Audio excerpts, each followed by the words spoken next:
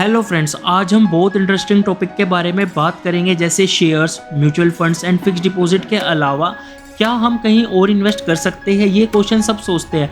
तो आज हम बात करेंगे ईटीएफ के बारे में। Mutual fund and share and etcetera की तरह हम ईटीएफ में इन्वेस्ट कर सकते हैं। अब बात आती है कि ईटीएफ क्या है, कैसे काम करता है और क्यों इसमें इन्वेस्ट करना चाहिए, ये सब कुछ इस वीडियो में डिस्कस करेंगे। ईटीएफ का फुल फॉर्म है एक्सचेंज ट्रेडेड फंड।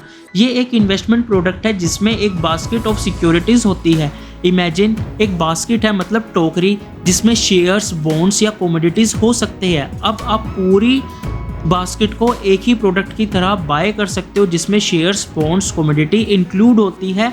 अब अलग बाय करने की टेंशन खत्म। मतलब जैसे आप पहले अलग अलग शेयर्स में इन्वेस्ट करते थे, तो अब आप एक ETF सेलेक्ट कर सकते हो जिसमें बहुत सारे शेयर्स इंक्लूड होते हैं। तो आप एक ETF के थ्रू काफ़ी सारे शेयर्स में इन्वेस्ट कर पाओगे। तो मेन पॉइंट है कि ये ETF काम कैसे करता है। ETF को स्टॉक मार्केट में ट्रेड किया जाता है। इसका प्राइस कॉन्टिन्यूसली चेंज होता रहता है, जस्ट लाइक शेयर्स।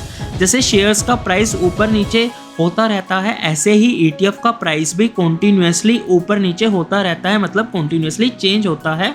ETF के अंदर के एसेट की वैल्यू चेंज होने से ETF का प्राइस भी चेंज होता है। तो ETF के कुछ टाइप्स हैं, जैसे पहला इक्विटी ETFs, इनमें ज़्यादातर शेयर होते हैं। सेकंड इंडेक्स ETF, किसी स्पेसिफिक इंडेक्स को फॉलो करते हैं, जैसे Nifty 50 ETF। Third bond ETF, इनमें बॉन्ड होते हैं।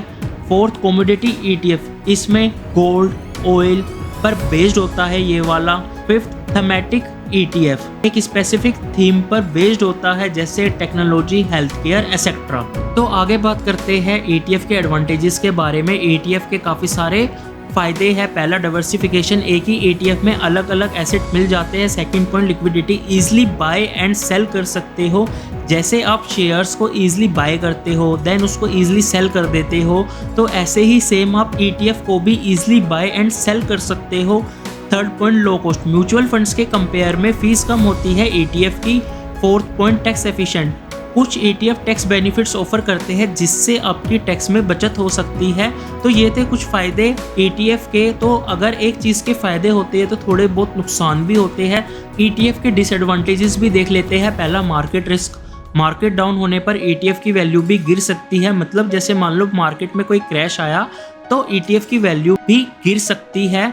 Second point trading cost, buying and selling में ब्रोकेज चार्जेस लगता है। मतलब कि जैसे आप पहले शेयर्स में इन्वेस्ट करते थे, उसे बाय करते थे तो एक ब्रोकेज चार्ज पे करना पड़ता था, सेल करने पर ब्रोकेज चार्ज पे करना पड़ता था। अगर ट्रेडिंग करते हो तो फ्यूचर ट्रेडिंग में भी ब्रोकेज चार्जेस पे करना होता है, ऑप्शंस ट्रेडिंग में भी ब्रोकेज चार्ज पे करना होता है, म्यूचुअल फंड्स में भी ब्रोकेज चार्जेस लगते हैं। तो ऐसे ही सेम ETF में भी लगते हैं। अब ETF में इन्वेस्ट कैसे कर सकते हो।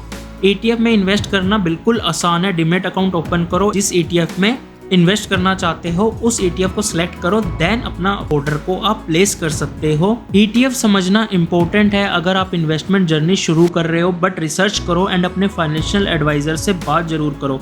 ETF में इन्वेस्ट करना चाहिए या नहीं, ये आपका फाइनेंशियल गोल्स पर डिपेंड करता है।